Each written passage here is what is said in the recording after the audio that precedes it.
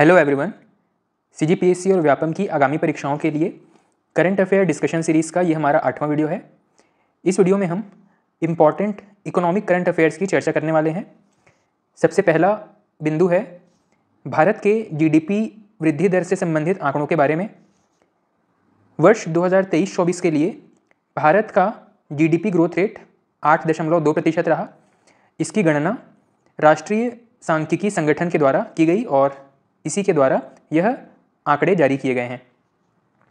GDP के आकार के बारे में बताया गया है। स्थिर मूल्य पर भारत की जीडीपी का साइज रहा है 173.82 लाख करोड़ रुपए। वर्ष 2022-23 में जीडीपी वृद्धि दर रही 7% के आसपास। ये प्रश्न परीक्षा में पूछे जाते हैं। स्पेसिफिक ईयर में जीडीपी वृद्धि दर कितनी रही और कभी कभी पूछा जाता है कि किसी विशेष संस्था के द्वारा वृद्धि दर कितनी अनुमानित है। यहाँ पे वर्ष 2022-23 के लिए वृद्धि दर 7% रही है। अगला महत्वपूर्ण प्रश्न हो सकता है भारत के विदेशी मुद्रा भंडार के बारे में। जून 2024 की स्थिति में भारत का कुल विदेशी मुद्रा भंडार पहुँच गया है 655.8 अरब डॉलर के नज़दीक। 655 अरब डॉलर याद रखिएगा, भारत का कुल विदेशी मुद्रा भंडार है जून 2024 की स्थिति में।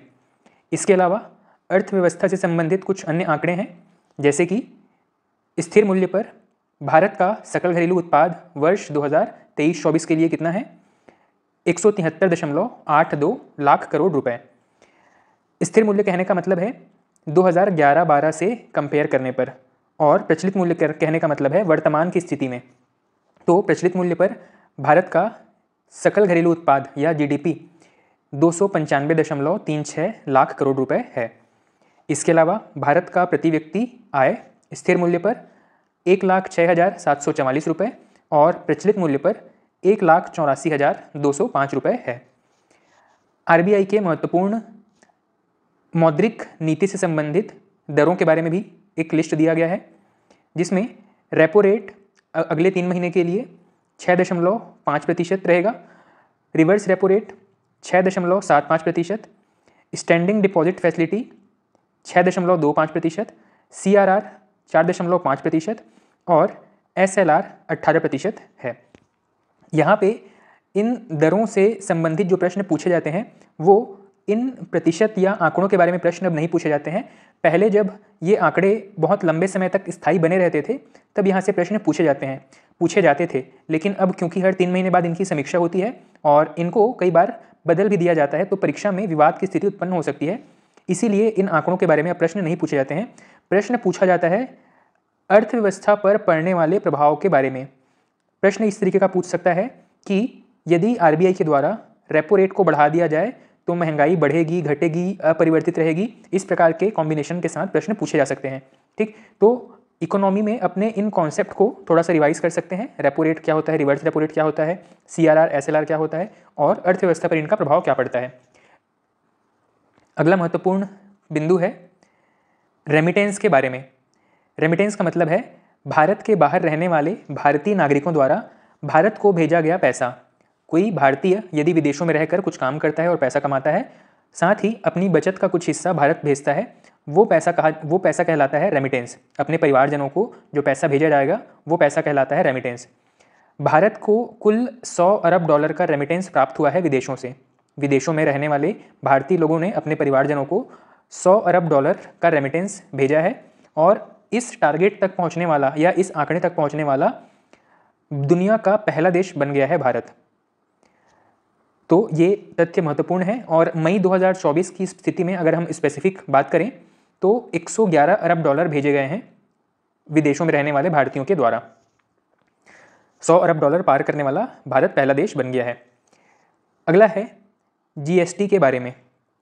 अप्रैल 2024 में जीएसटी संग्रहण 2,10,267 करोड़ रहा। अब यहाँ पे ये आंकड़े उतने महत्वपूर्ण नहीं हैं। महत्वपूर्ण है कि कौन से राज्य ने सबसे ज़्यादा कंट्रीब्यूट किया है जीएसटी में। तो महाराष्ट्र से सबसे ज़्यादा जीएसटी प्राप्त हुआ है 37,671 करोड़ रुपए। अगला इंपॉर्टेंट न्यूज़ हो सकता है खाद्यान्न के उत्पादन से संबंधित। भारत में 2023-24 के लिए अनुमानित है कि चावल का कुल उत्पादन 1367 लाख मीट्रिक टन हो सकता है।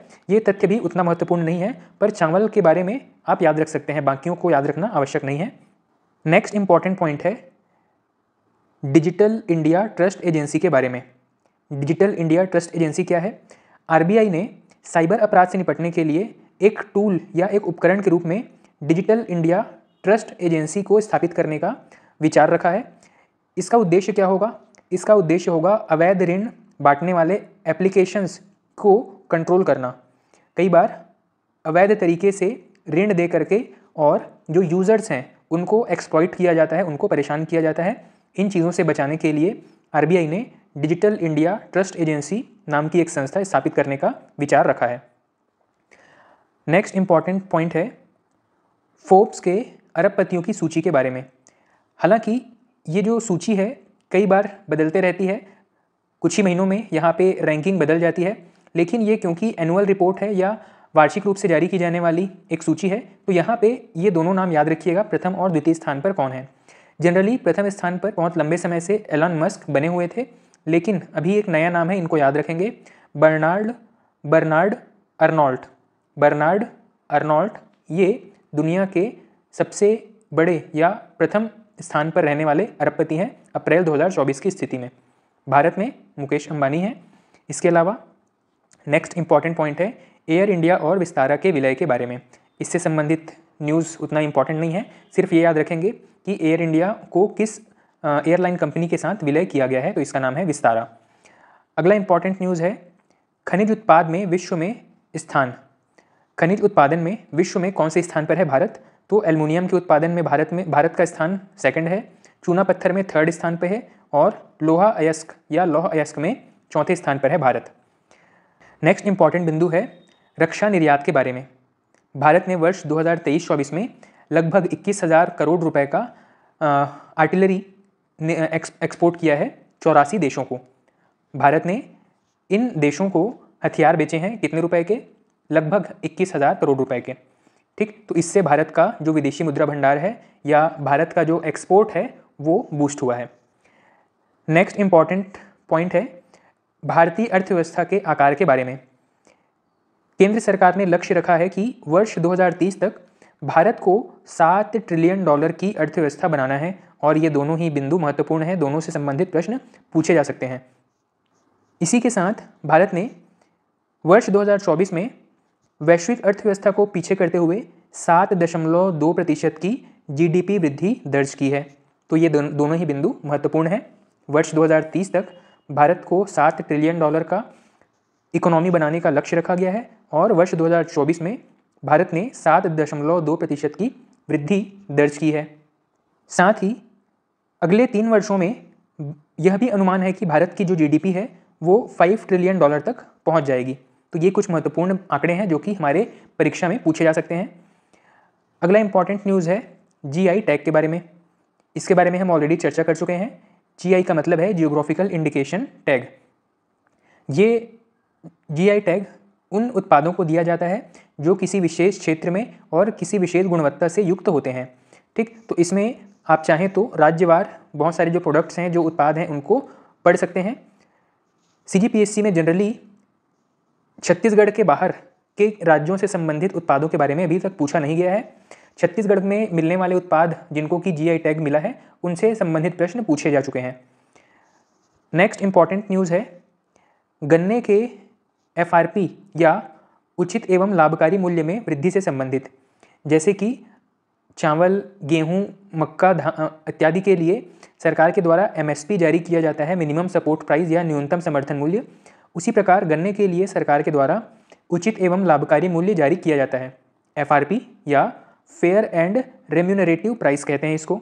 2024-25 के लिए सरकार ने पिछले दर में 25 रुपये की वृद्धि की है, 25 रुपये प्रति क्विंटल की वृद्धि की है, और इस प्रकार अब 340 रुपये प्रति क्विंटल हो गया है गन्ने का मूल्य। ठीक है, ये जो गन्ने हैं सीधे खेतों से फैक्ट्री में जाते हैं जहाँ पे इनको यूज़ किया जाता है। गन्ने से शक्कर बनाने के लिए जहाँ पे यूज़ किया जाता है उन फैक्ट्री में इन्हें 340 रुपये प्रति क्विंटल की दर से खरीदा जाएगा। ठीक, तो ये महत्वपूर्ण बिंदु है गन्ने के बारे में, इसको याद रखिएगा। साथ ही ये भी याद रखना है कि गन्ने को FRP पर खरीदा जाता है, बाकी सभी जो फसल हैं उनको MSP पर खरीदा जाता है। नेक्स्ट इम्पॉर्टेंट पॉइंट है भारत में स्वर्ण भंडार के बारे में। हालांकि ये जो स्वर्ण भंडार है इसमें ये आंकड़े महत्वपूर्ण नहीं है कौन से देश के पास कितना सोना इकट्ठा है। यहाँ पर बस रैंकिंग याद रखिएगा कि सबसे ज़्यादा स्वर्ण का भंडार किस देश के पास में है, तो ये है अमेरिका के पास में। भारत इस क्रम में 90वें नंबर पर है, ये भी उतना महत्वपूर्ण नहीं है, प्रथम के बारे में याद रखिएगा। नेक्स्ट इंपॉर्टेंट न्यूज़ है विदेशी मुद्रा भंडार के बारे में। हम ऑलरेडी चर्चा कर चुके हैं, भारत के पास 655 अरब डॉलर की विदेशी मुद्रा जमा हो चुकी है। नेक्स्ट इंपॉर्टेंट बिंदु है GDP के बारे में। विश्व बैंक ने अनुमान लगाया है कि भारत की GDP वर्ष 2024-25 में 7.5% के दर से बढ़ेगी। अगला है जिग मुद्रा। जिम्बाब्वे में एक नई मुद्रा शुरू की गई है, इसका नाम रखा गया है जिग। ठीक, दुनिया की सबसे नई करेंसी है, सबसे नया मुद्रा है। ठीक, तो जिग मुद्रा याद रखिएगा, जिम्बाब्वे से संबंधित है। नेक्स्ट है कृत्रिम के बारे में। कृत्रिम क्या चीज़ है? यह एक कंपनी है जिसको कि अभी यूनिकॉर्न का दर्जा मिल गया है। इस कंपनी के फाउंडर हैं भाविश अग्रवाल। ये वही व्यक्ति हैं जिन्होंने ओला की भी स्थापना की थी।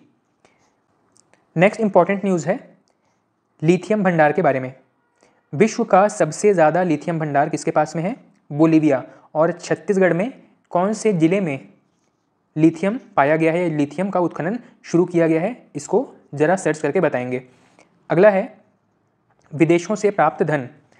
भारत में विदेशों से प्राप्त धन या रेमिटेंस, भारतीय व्यक्ति जो विदेशों में काम कर रहे हैं अपने परिवारों को जो पैसा भेजते हैं उसको रेमिटेंस कहा जाता है।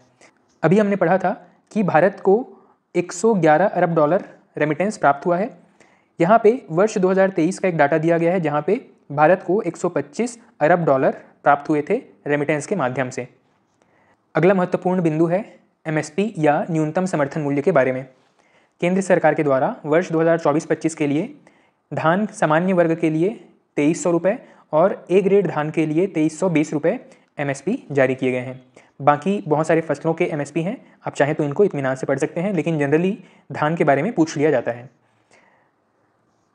नेक्स्ट इंपॉर्टेंट टॉपिक है विज्ञान और प्रौद्योगिकी से संबंधित। इसमें सबसे पहला है पुष्पक। पुष्पक क्या चीज़ है? यह एक रीयूजेबल लॉन्च व्हीकल है, पुनः प्रयोग योग्य प्रक्षेपण यान। ऐसा व्हीकल जिसमें सैटेलाइट को ऊपर भेजा जा सके और वापस ये जो प्रक्षेपण यान है वापस धरती पर पहुंच जाए ताकि अगले बार पुनः इसका उपयोग किया जा सके। इससे उपग्रह प्रक्षेपण की लागत को काफ़ी कम किया जा सकता है। ठीक है, तो पुष्पक क्या चीज़ है? Reusable launch vehicle. नेक्स्ट है नागास्त्र वन। नागास्त्र वन क्या चीज़ है? ये एक ड्रोन है और ये स्वदेशी ड्रोन है, तो ये दोनों चीज़ें याद रखिएगा। भारत को स्वदेशी ड्रोन सेना के लिए प्राप्त हुआ है जो कि नागास्त्र वन के नाम से जाना जाएगा और यह एक आत्मघाती ड्रोन है। मतलब अगर किसी चीज़ को नष्ट करना है तो उससे जाकर के सीधा टकरा जाएगा और स्वयं के साथ साथ अपने टारगेट को भी नष्ट कर लेगा। इसको कहा जा रहा है नागास्त्र वन ड्रोन। इसके अलावा बहुत सारी इन्फॉर्मेशन है जो कि परीक्षा के लिए उतने महत्वपूर्ण नहीं है, तो हम नेक्स्ट पॉइंट पे चलते हैं। नेक्स्ट पॉइंट है लामा 3 के बारे में। लामा 3 क्या चीज़ है? पहले तो इसका स्पेलिंग देख लीजिए, ये है LLAMA। इसका फुल फॉर्म है large language model architecture. Large language model architecture, जिसको कि शॉर्ट में लामा कहा गया है, और ये इसका 3rd वर्जन है लामा 3, जो कि व्हाट्सएप, इंस्टाग्राम और फेसबुक के लिए लॉन्च किया गया है। आपने अभी अपने व्हाट्सएप में देखा होगा कि आपका जो चैटिंग वाला पेज है वहाँ पे न्यू चैट स्टार्ट करने के लिए जो बटन दिया गया होता है उसके जस्ट ऊपर में एक ब्लू कलर का एक आपको सर्कल दिखाई देता होगा, वही है लामा 3। ये एक AI टूल है जो कि मेटा के द्वारा बनाया गया है। मेटा कौन है? तो मेटा फेसबुक की जो पेरेंट कंपनी है उसको ही मेटा कहा जा रहा है। मेटा का ही ये प्रोडक्ट है व्हाट्सएप, इंस्टाग्राम और फेसबुक। तो ये जो लामा 3 है किससे संबंधित है, ये प्रश्न पूछा जा सकता है। तो मेटा के द्वारा लॉन्च किया गया है। इसका full form large language model architecture. Meta के ही तरह गूगल का भी एक AI टूल है जेमिनी, और ये सभी ओपन AI का जो चैट GPT है इसी की तरह ही एक चैट बोट के रूप में कार्य करते हैं। नेक्स्ट इंपॉर्टेंट न्यूज़ है जेम्स वेब टेलीस्कोप के द्वारा एक नए आकाशगंगा की खोज की गई है। ये अभी तक की सबसे पुरानी आकाशगंगा मानी जा रही है। ठीक है, तो इसके बारे में बस इतना ही याद रखेंगे कि जेम्स वेब टेलीस्कोप के द्वारा हाल ही में एक नए आकाशगंगा का खोज किया गया है जो कि अभी तक सबसे पुराना आकाशगंगा हो सकता है। इस आकाशगंगा का नाम भी यहाँ पे दिया गया है, पर ये उतना महत्वपूर्ण नहीं है। इसका नाम है JETS Z14-0। नेक्स्ट है नासा के एक सैटेलाइट के बारे में, इसका नाम है GOES-U। इसके बारे में बस यही याद रखेंगे कि यह एक मौसम पर निगरानी रखने के लिए डेवलप किया गया सैटेलाइट है। इसका नाम है GOES-U और इसको नासा ने विकसित किया है। अगला है चांगई 6 के बारे में। चांगई 6 यह एक प्रक्षेपण यान है जो कि चीन के द्वारा विकसित किया गया है। अगला है मिशन ईशान के बारे में। मिशन ईशान क्या है?